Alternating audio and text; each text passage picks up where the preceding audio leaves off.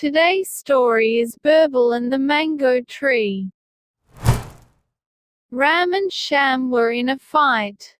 Both of them said they owned the same mango tree. They went up to Birbal and asked him to decide the matter, once and for all. Who was the true owner of the mango tree? Birbal said, "There is only one way to settle the matter. First, you must take all of the fruit off the tree. Each of you should take half the mangoes.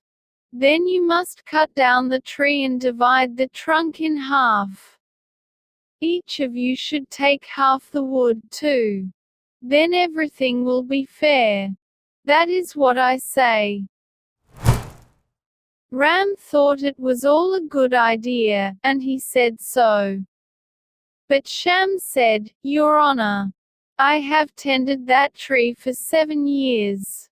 If you must, give the mango tree to Ram. But do not make us cut it down." "What you have said told me all I need to know," said Birbal. Then he said that Sham was the true owner of the mango tree because Sham don't like to cut his tree. Thank you for listening. Let's meet with next story.